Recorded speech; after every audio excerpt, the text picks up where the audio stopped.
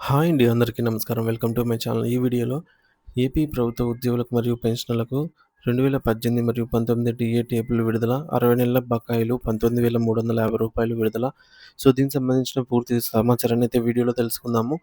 Video అయితే ఎక్కడే గాని స్కిప్ చేయకుండా ఎండ్ వరకు చూసేయండి. అప్పుడే ఇన్ఫర్మేషన్ పూర్తిగా అర్థమవుతుంది.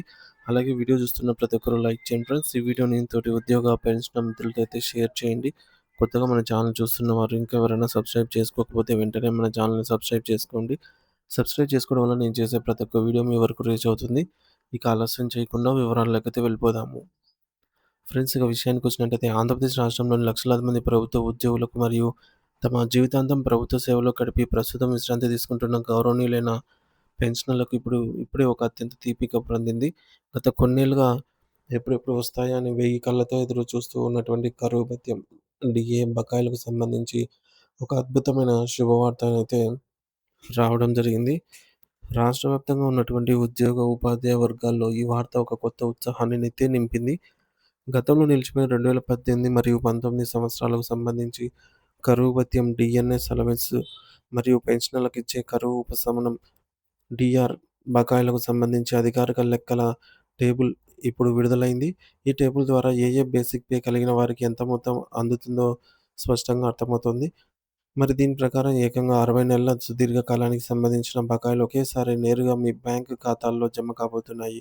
అంటే దాదాపుగా 5 సంవత్సరాల కాలానికి సంబంధించినటువంటి పెండింగ్‌లో ఉన్న బకాయిలన్నీ కూడా ఇప్పుడు ఉద్యోగుల చేతికి అందనున్నాయి.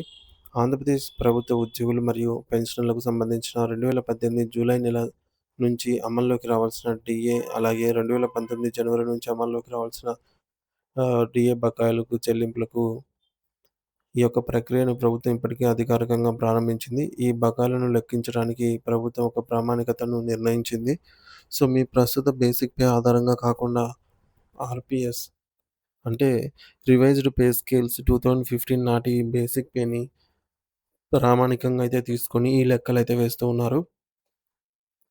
ఇక్కడ మీరు ఒక సులభమైన చిట్కా లేదా ఫార్ములా గురించి తెలుసుకోవాలి. దీని ద్వారా మీ అరియర్స్ మొత్తాన్ని మీరు స్వయంగా ఇంట్లో కూర్చొని లెక్కించుకోవచ్చు. మీ 2015 పే స్కేల్ నాటి బేసిక్ పేని తీసుకొని దానిని 1.89 అనే నంబర్‌తో గుణించండి. బేసిక్ పే ఇంటూ 1.89 ఇలా చేసినట్లయితే మీకు 60 నెలల కాలానికి రావాల్సిన మొత్తం సుమారుగా ఎంతనో ఇట్లే తెలిసిపోతుంది. ఈ యొక్క 1.89 అనేది 60 నెలల కాలానికి సంబంధించి డీఏ శాతం పెరుగుదలను సూచిస్తుంది.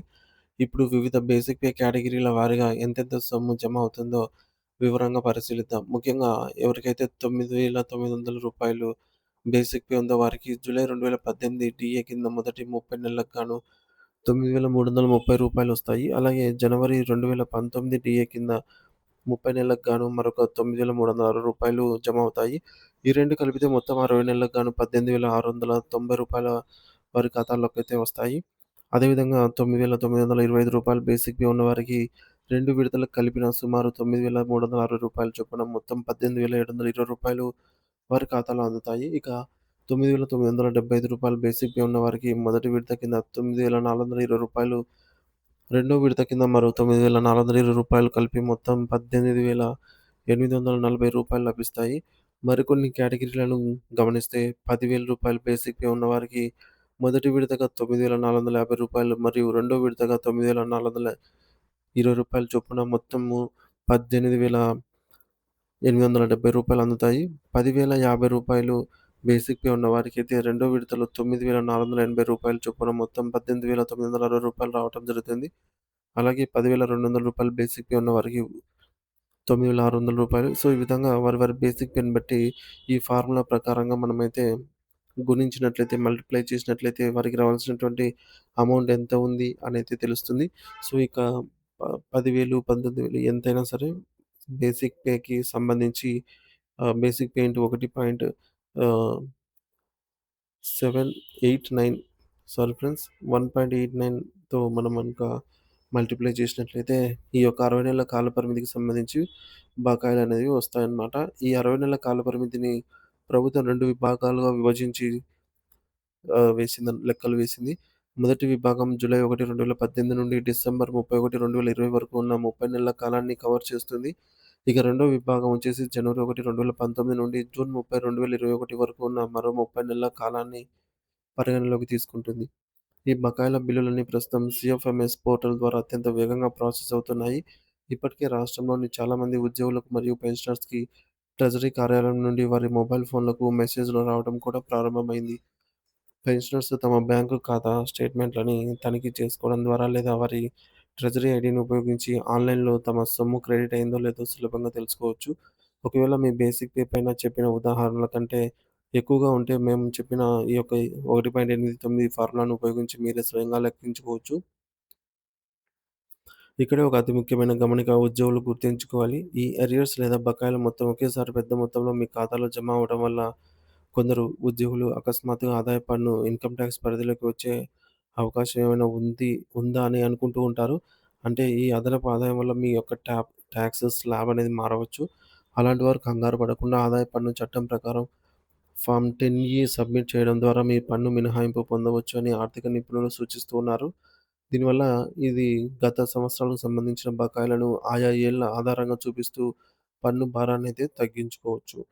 ప్రభుత్వం నుంచి వచ్చే ప్రతి రూపాయి మీ యొక్క కష్టార్జితం కాబట్టి, మీ బేసిక్ పేకి సరిపడా ఖచ్చితమైన అమౌంట్ జమ అయిందో లేదో ఒకసారి క్షుణ్ణంగా అయితే పరిశీలించుకోండి. సో, ఇక్కడ మేము చెప్పినటువంటి లెక్కల ప్రకారంగా కాకుండా ఒకవేళ మీరు ఎక్కువ సొమ్ము జమైనా లేదా తక్కువ సొమ్ము జమైనా సరే, ఖచ్చితంగా మీ సంబంధిత ట్రెజరీ కార్యాలయానికి సమాచారం అయితే అందించాలి.